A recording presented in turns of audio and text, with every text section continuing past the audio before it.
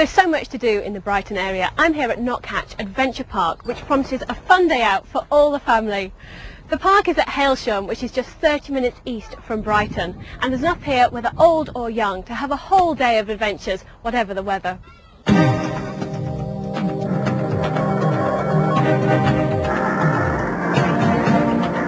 are so many activities you can do here today, including this, the high-tech laser adventure, and as you can see, I'm in the midst of it.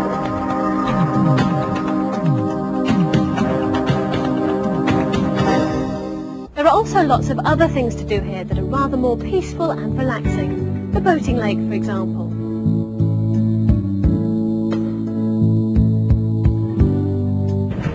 And you can also do some go-karting. Watch out, Michael Schumacher, here I come.